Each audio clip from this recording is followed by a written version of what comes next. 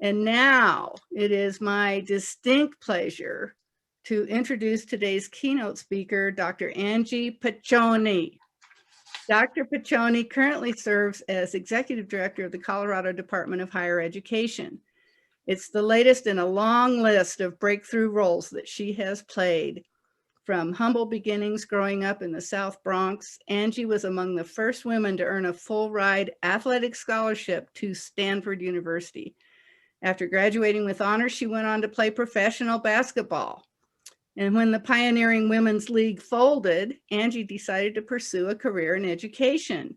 She started as a high school teacher, then became a varsity basketball coach, and later a dean of students. And after earning her doctorate degree in education and human resource studies from Colorado State University, she became a college professor. But that's not all. Angie represented the Fort Collins area by serving 2 terms in the Colorado House of Representatives. And in her spare time, she co-authored 2 books, Do Big Things and One Team. Angie's inspiring style and compelling stories have made her a sought-after keynote speaker who is committed to building people, partnerships, and performance. We are thrilled to have Angie with us today, and we'll have time at the end, we promise, for questions. So be sure to submit yours in the Q&A. And now, here's Dr. Angie Paccione.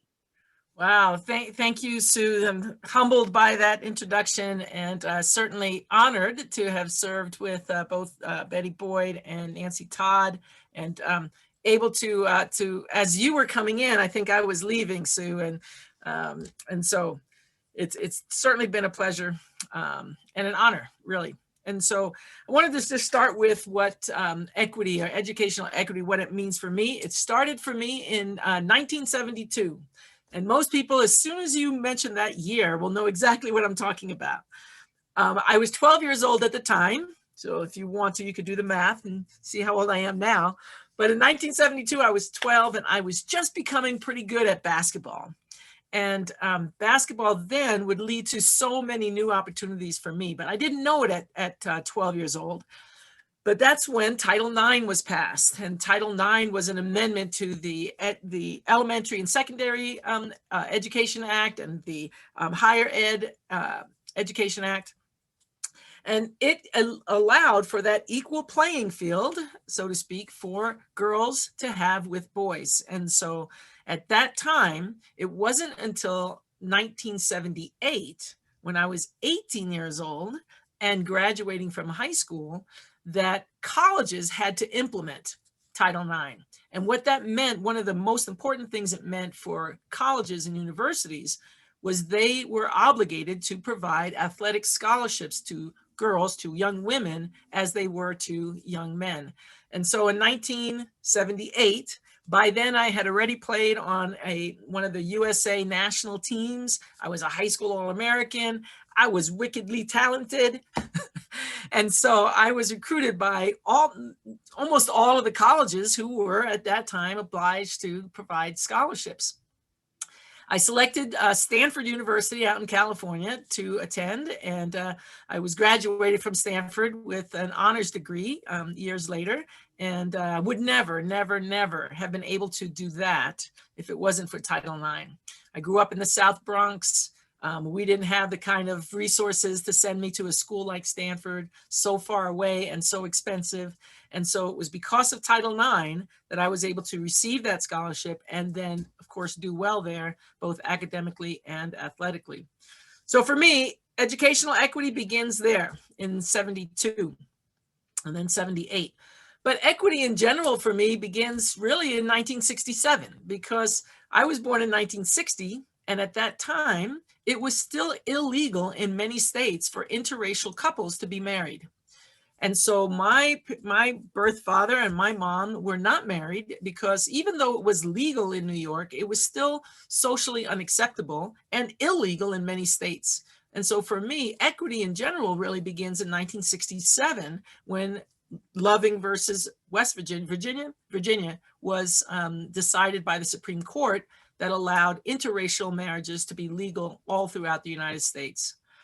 So the point is that law, public policy, passion, and protest It takes all of that to change cultural norms and to promote, protect, and preserve equity. And so you can play a role in any of those places, whether you are a lawmaker, whether you're involved as on a nonprofit with pushing public policy, whether it's your passion, or whether you stand up and protest. So there's many ways to get involved, and I would encourage you to do all, because it takes all of us to make these kinds of changes. When we think about educational equity, we in the Department of Higher Education, to which I was appointed the executive director by Governor Polis, the Department of Higher Education and the Colorado Commission on Higher Education operates to execute a master plan. And the master plan, the ultimate objective of the master plan is to achieve 66% attainment, and that is the attainment of a credential, whether it's a one-year certificate program, a two-year associate's degree, or four-year bachelor's, or even higher, is that the adults in Colorado, age 24 to 35, have 66% will have a credential by 2025. That is on the way to 75% because our industries, our business community says that the folks that they hire, 75% of the folks they hire need to have a credential.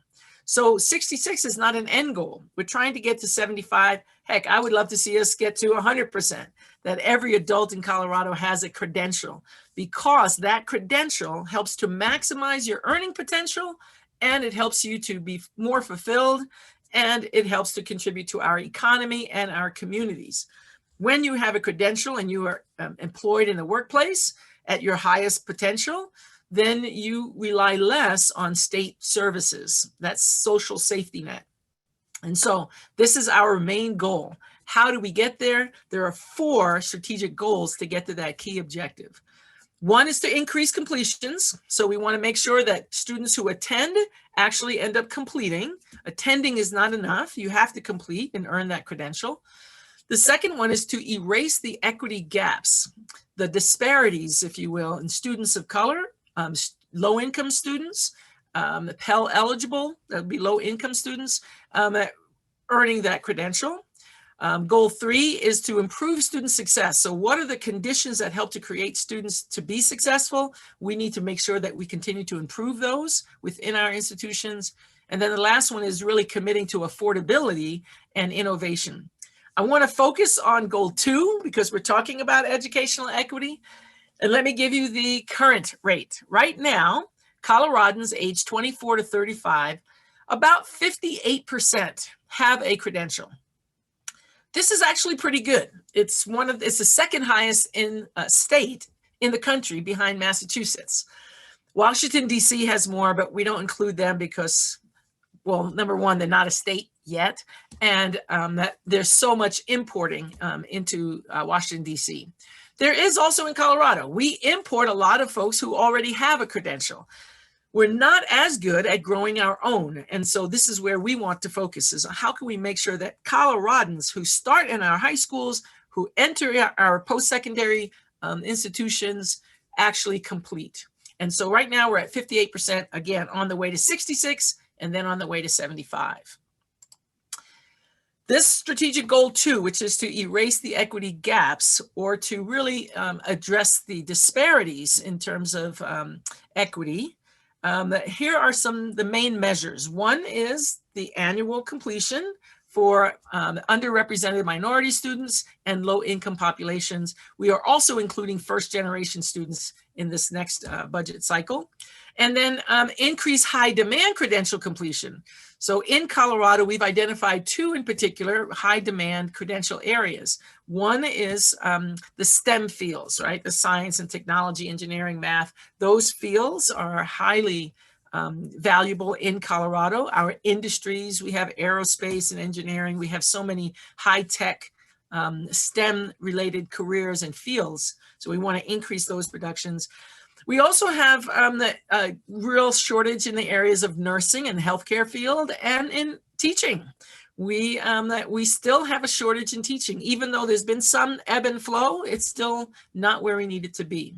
So these are our strategic goal and the main measures for that goal.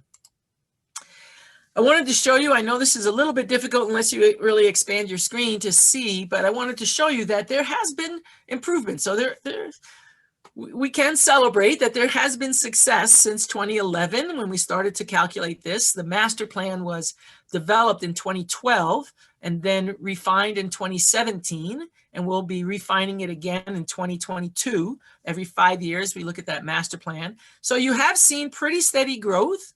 In the middle, you see the equity completions for Native American students, and you'll see that looks a little jagged, but it's really because of the N, because of the number associated with this. It's a very small number, so every fluctuation in that small number looks pretty big on here. But we have begun to make an improvement. Personally, incremental improvement is not enough for me. I always say, if you want things to be different, you have to do different things. And so we are beginning to do some very different things so that we can see a more massive improvement, not just an incremental improvement that for which we can't really attribute. Why is it improving the way it is? And so I'm happy that there's been steady incremental growth, but I'm not satisfied with that. And so that's where I will say my leadership and the leadership of the governor in terms of issues around equity and this completion come into play. Pell eligible students, our lower income students, you saw a huge increase from 2012 to about 2014, 15, and then it's kind of leveled off. And that has been seen throughout the country. So it's not just the Colorado special results. We've seen that all across the country. Once you hit a certain level of that Pell eligibility, then we haven't seen as big of a growth. In this last year, we saw that actually decrease in terms of Pell eligible students and completions. Perhaps some of that might be related to COVID because students who are Pell eligible might have to prioritize going back to work rather than pursuing their education. It's important to me and to the department and to the governor that we do have the opportunity for students to earn while they learn. And so we want to make sure that our institutions are agile enough to allow students to work and go to school at the same time. And so we might see a change in this demographic as well. So what's working? Some of the things that we're doing and some of the things that have been done even before I joined the department that is truly working. One is COSI, the Colorado Opportunity Scholarship Initiative. This was started under the Hickenlooper administration, and it is allocations from the general fund. So the legislature allocates the general fund dollars. And this provides both scholarship dollars to low income students of color and first-generation students, provides direct scholarship dollars, and provides a partnership with some community partners to provide wraparound services, the services that all students really need in order for them to be successful. This is a kind of public-private partnership, and so we require matching dollars. I always tell this story. I was at Adams County.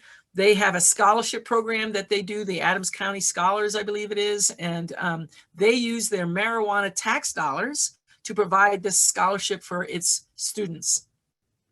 They put $500,000 into this scholarship fund, and then COSI matches that $500,000. I was there the night they gave away $1 million in scholarship money to students of color, low-income students, and first-generation students.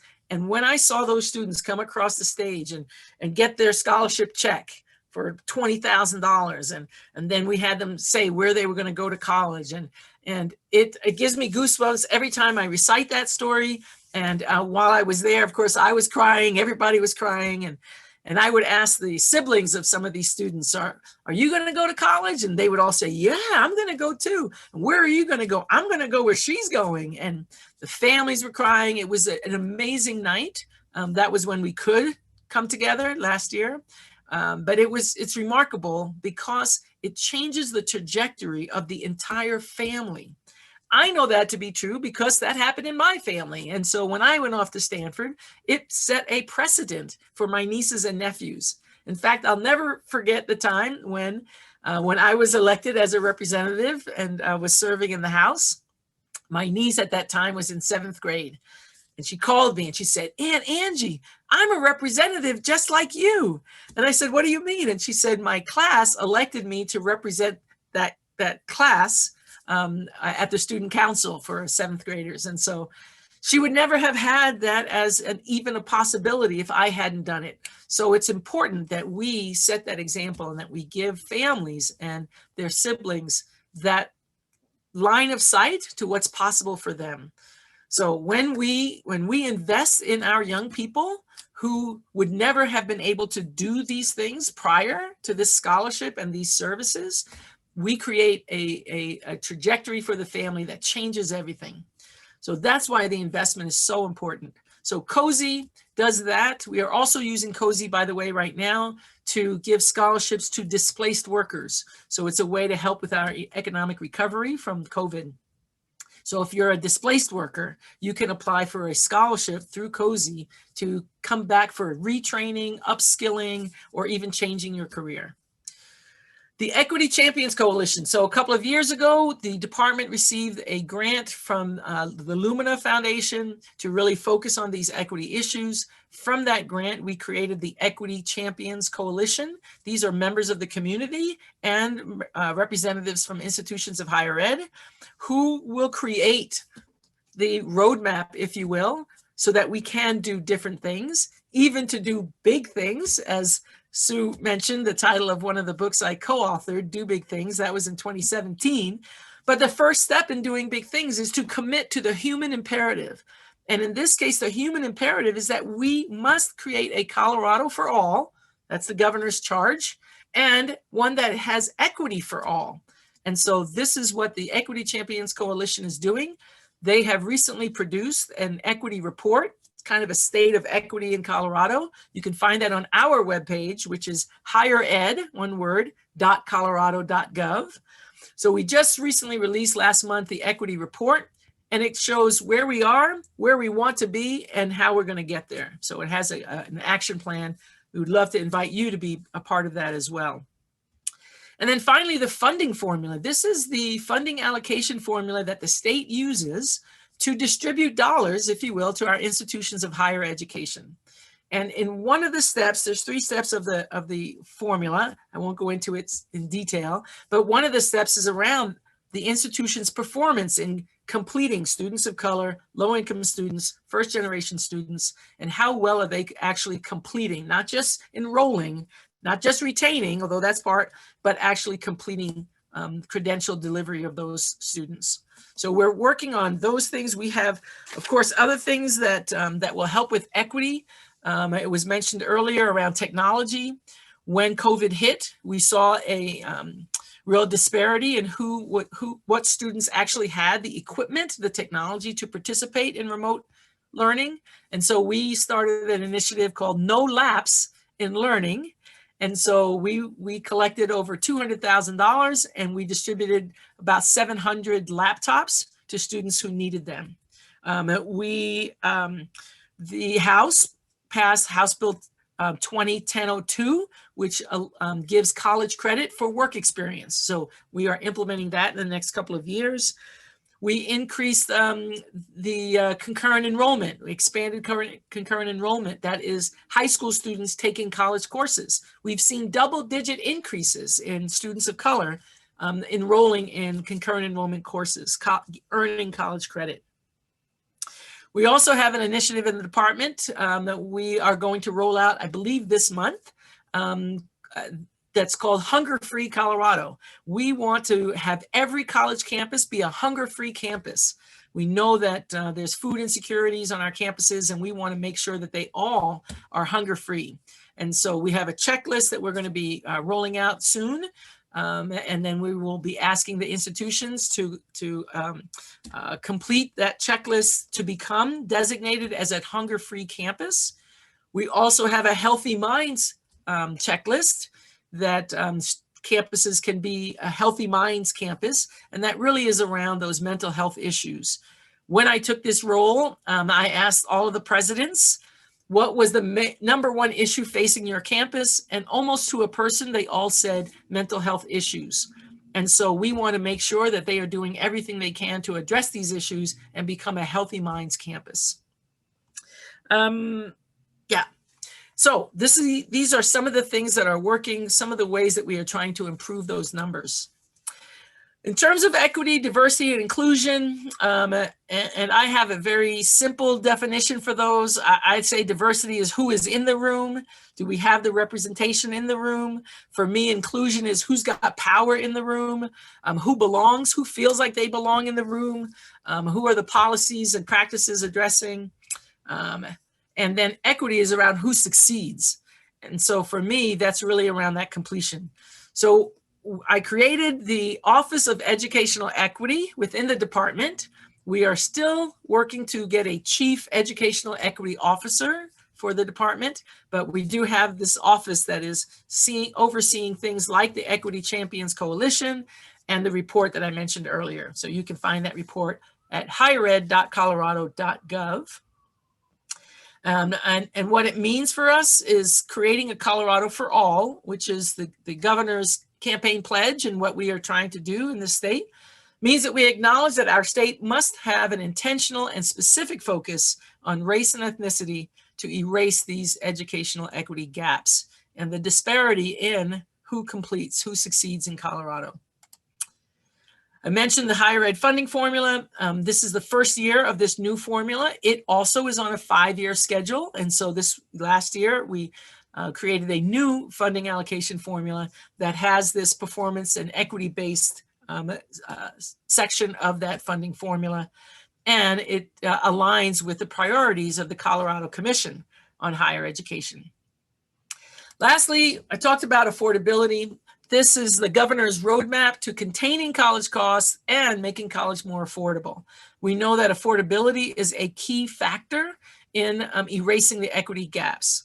What is it that students can afford to complete? Whether it's a certificate program, which could be anywhere between less than a year to 2 years, an associate's degree or bachelor's degree. Personally, I don't really care which one you'd complete. Just complete one, because that usually leads to increased educational attainment. And so I always tell young people and students in high school, complete your high school degree and then get some kind of training or go to something post-secondary. We have scholarship money, FAFSA, the federal application, the free application for federal student aid. We leave $30 to $50 million on the table because our students are not applying for federal student aid.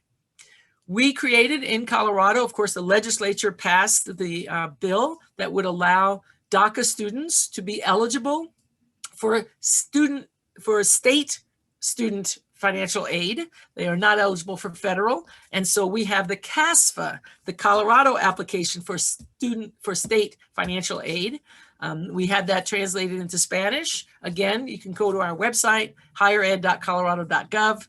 All of that information is on there, but that allows students to receive state financial aid.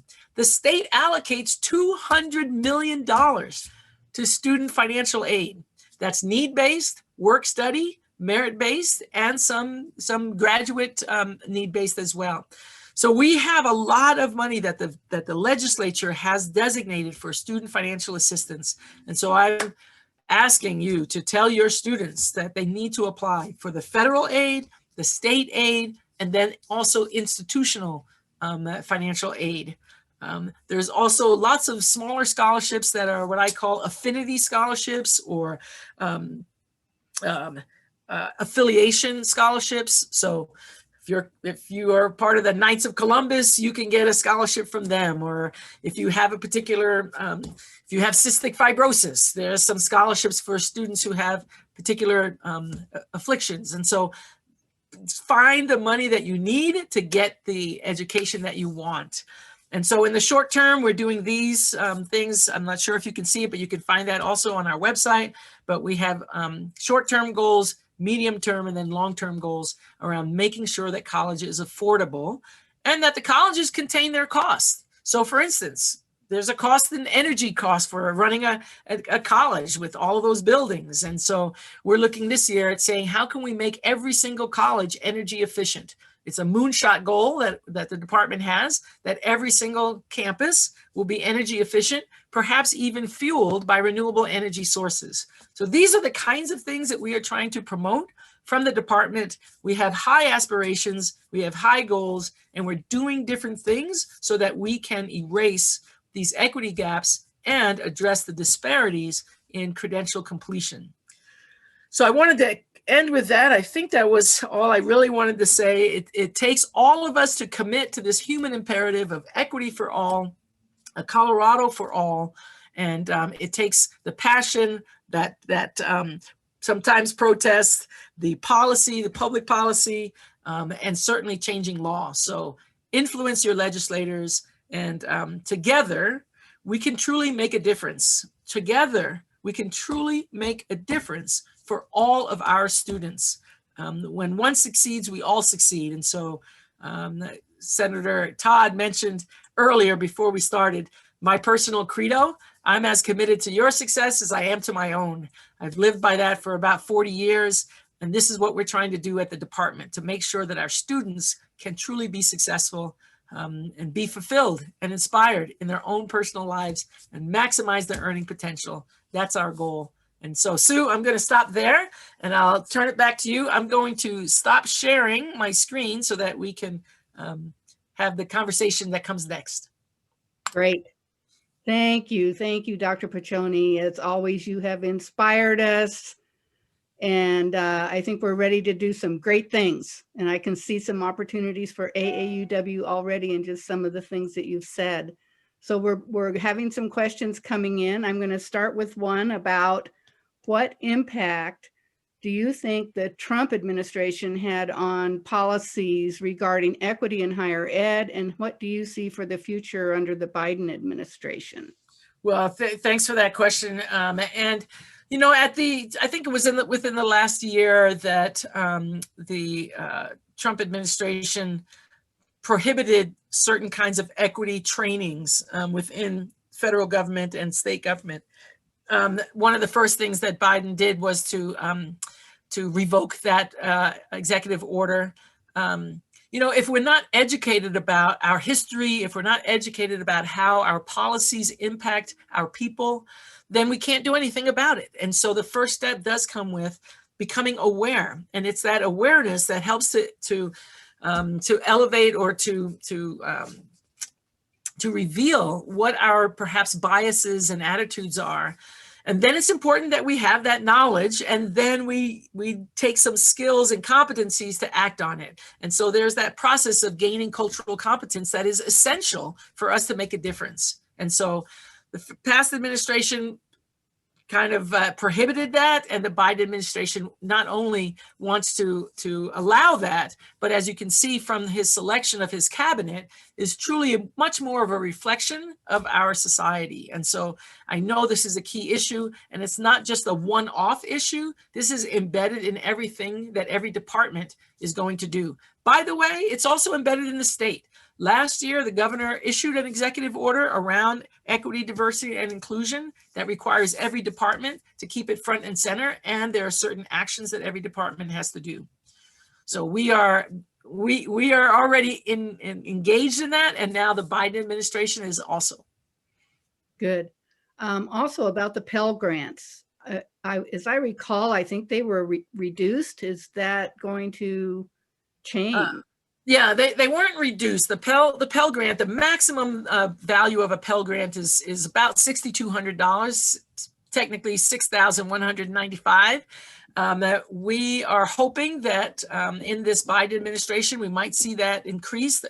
I would love to see it doubled, because the price of higher education has increased tremendously. As we know, over the last 20 years, the allocation from the state has dropped down, and the expectation of the families has gone up. It's actually flipped.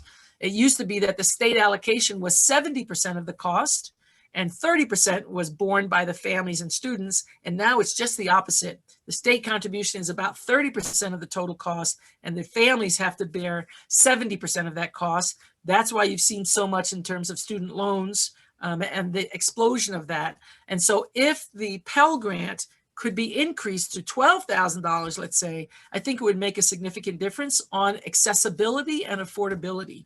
So I'm hoping that the Biden administration will do that. Great. We have a question from Virginia Brown. What happened to Gear Up? Getting educationally all ready for upper placement. Yes, and so Gear Up is part of our department. It's a federally funded program. Colorado is one of the few states that actually received a fourth grant. It's a 7-year cycle, and we received the fourth grant of that a couple of years ago. And so Gear Up is housed in our department. They are doing amazing things, starting all the way in middle school and helping students get ready, if you will, for that post-secondary option. Great. From Bev Dare, what is a first-generation student? Thank you. A first-generation student is a student whose parents did not go to college. And so if your parents did not attend college, you are considered a first-generation college student. And so we have a designation, if you will, for that. And so the institutions actually collect that data. And so from that, we allocate state funding. And so if you are enrolling first-generation students and you are completing first-generation students, you get an allocation in our performance factors. Thank you. Matthew Joy is wanting to know more about the COSI and would like to know if there's an initiative or a plan to disseminate this information broadly across Colorado as we further our transition to renewable energy. This might well be a way to reach across the aisle per se and convince all the oil and gas workers that there's a future for them beyond their current situation. Yep. So kind of two questions there. So COSI is the Colorado Opportunity Scholarship Initiative, and that is corner to corner, every state. It really is operated with the partnership of the county commissioners and the county government, so all 64 counties, and then typically we'll ask those will be matching funds. So whether it's the counties or some foundations, some nonprofits, when they allot dollars to a scholarship, then we can match that scholarship. So it does require some matching funds because we want everyone to have skin in the game, so to speak.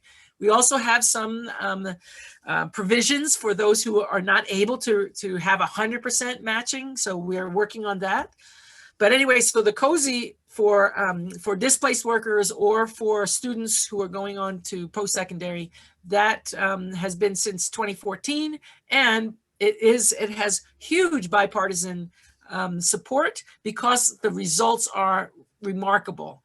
For instance, retention rates across the country from first-year student to second-year student is about 68%. So nearly 70% of students, when they start post-secondary, they come back for their second year. COSI scholars, it's 94%. Wow. So it's tremendously successful.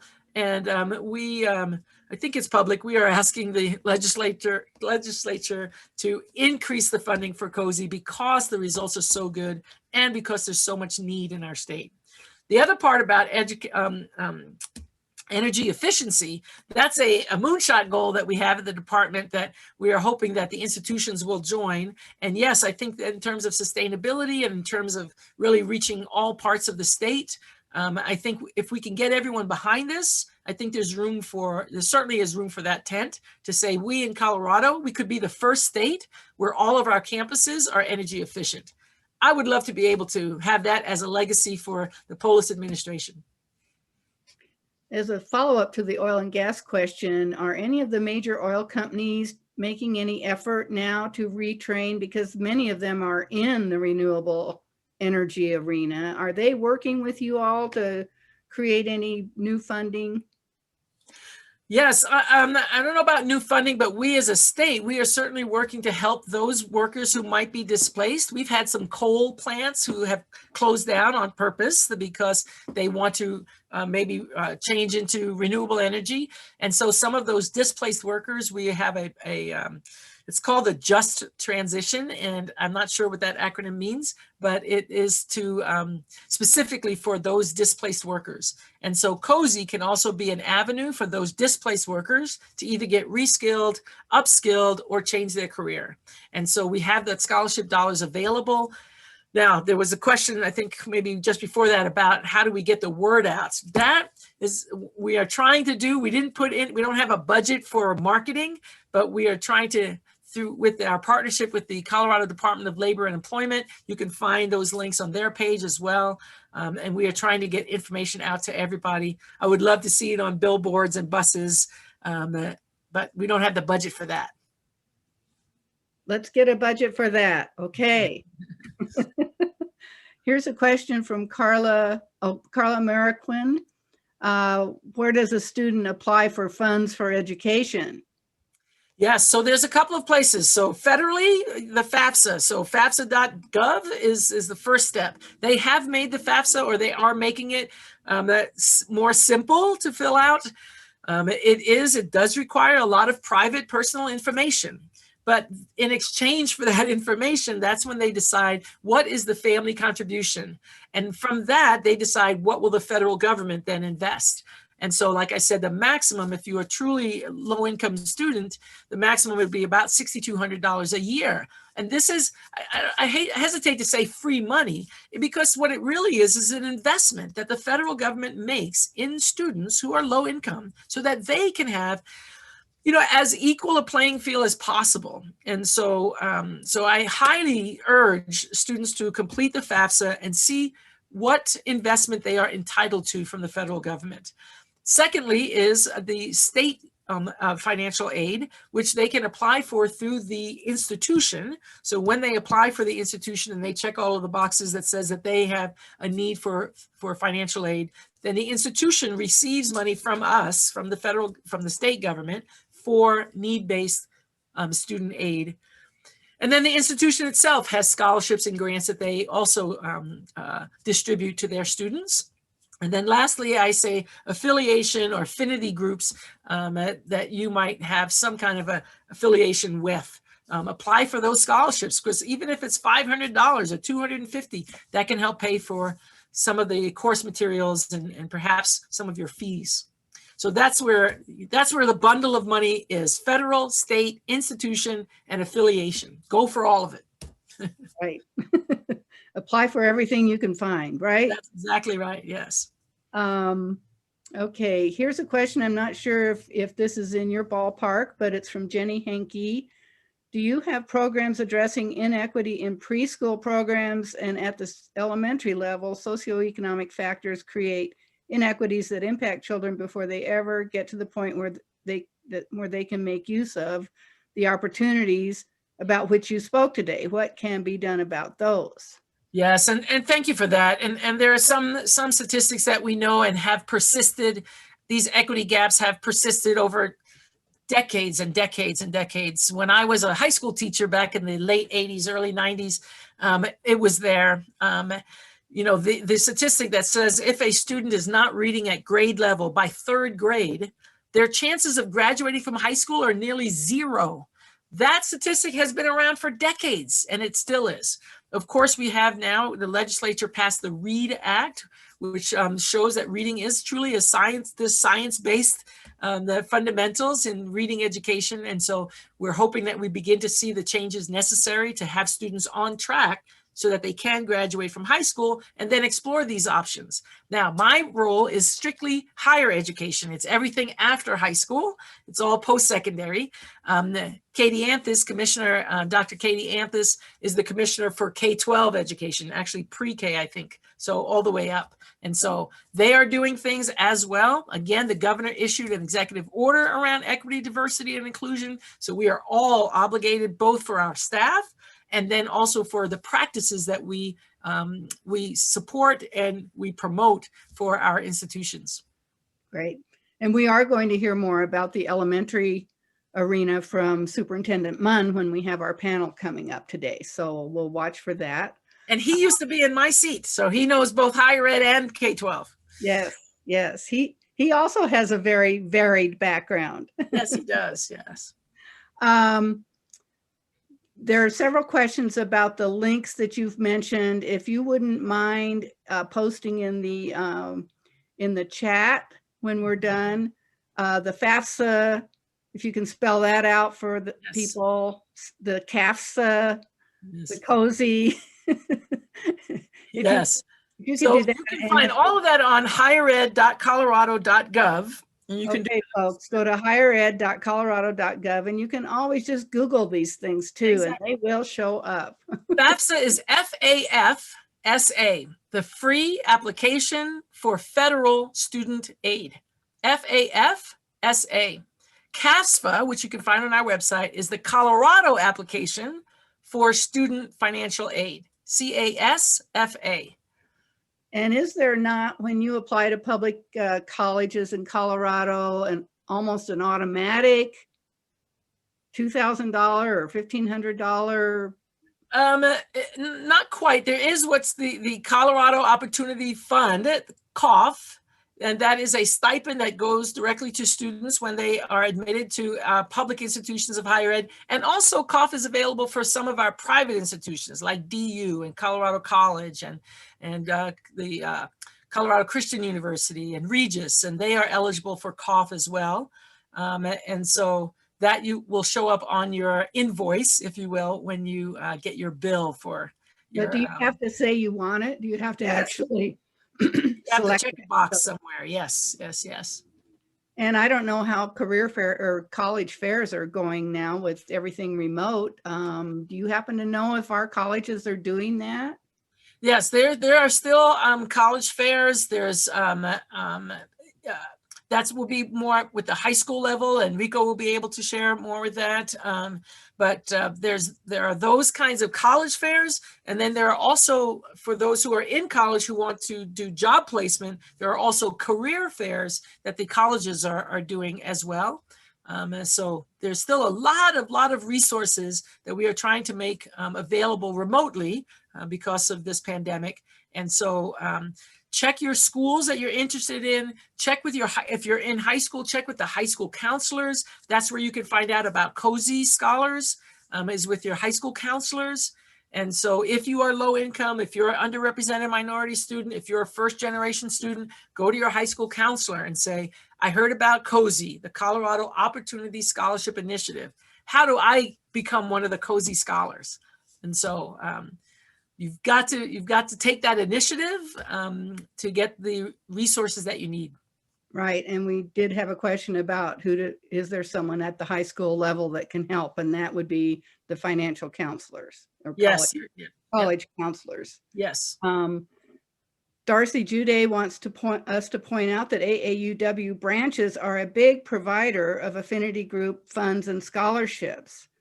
So I know the Aurora branch that I'm a member of does anywhere from 2 to 4 $1,500 scholarships every year, and that's for 3rd and 4th year students. Yes, and that helps tremendously to get to the finish line, right? 3rd and 4th year students, sometimes they don't finish, and so how do we help them get to that finish line and earn that credential?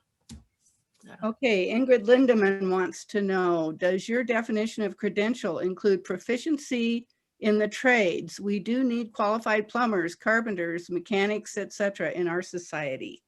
Yes, it's all of those training providers. There's a list of those training providers, and if they're on that list, then those credentials count. And most of those are some labor union credentials as well. So I have to say that every time my car breaks down, I have to write that check, or if I need a plumber, I have to write that check. Those are big checks. And so, yes, there's a great careers, both in the trades and in other kinds of credentials, like a medical technician, right? We are in desperate need of medical technicians. You can get that credential in less than a year and have a pathway to a sustainable living wage. And so that's why I said, I don't want to say I don't care, but it's up to you to pursue the career of your choice. Just get the credential so you can earn the maximum amount in that field. Here's a question, another question from Matthew Joy. Do you believe that the Colorado Department of Higher Education is doing enough for our population of students who require remediation when they enter a post-secondary institution I'm often concerned that students may not be well prepared, receive some sort of aid, and then due to the lack of counseling or academic assistance, they drop out and are saddled with incredible debt. Yes, so we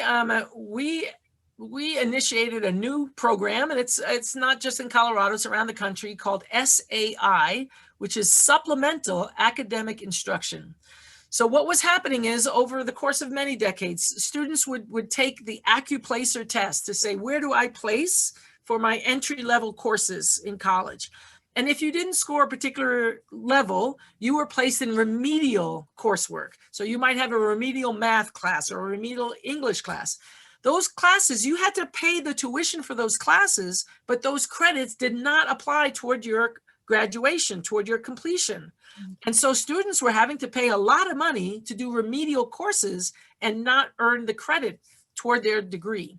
So SAI says, we are going to enroll you in the credit earning class and provide you with supplemental academic instruction. That could be a tutor, it could be a lab class, it could be whatever it is, it's supplemental, but you are earning credit. So we are actually wanting to, moonshot goal is to eliminate remedial education and have students in the credit earning class, but get that supplemental academic instruction. Good. Virginia Abeg. For one more question. Okay. Thanks, Gail. And we happen to have, well, we had a couple come in. I think you already mentioned, do COSI funds support private higher ed? COSI is primarily for public higher ed. I'm not sure if it's private. I believe it's mostly for public institutions of higher ed, but I can check on that, and you can find that out on our website as well. Okay, and then one final question. What is your opinion on capping costs at four-year institutions, which seems to be an issue that needs to be considered at some point? This is from Diana Rouse. So Diana, we actually have in the governor's budget, we have a 3% cap on tuition increases for our institutions of higher ed. Those, again, are public institutions. And so in the past, because of recessions in the past, like 2008, 2009, tuitions went up crazily. And so, but it was to offset the fact that state investment went down. And so they had to, there is a cost for our institutions. And so we have put in the governor's budget request, the proposal, a 3% cap. You know, at some point we've got to say it's you know, the market will tell the institutions whether or not students can actually afford to go to higher ed. And so we want to make sure it's accessible for all, it's affordable for all, and that there's equity for all in terms of helping students to succeed. That's the goal of the state. That's the priority.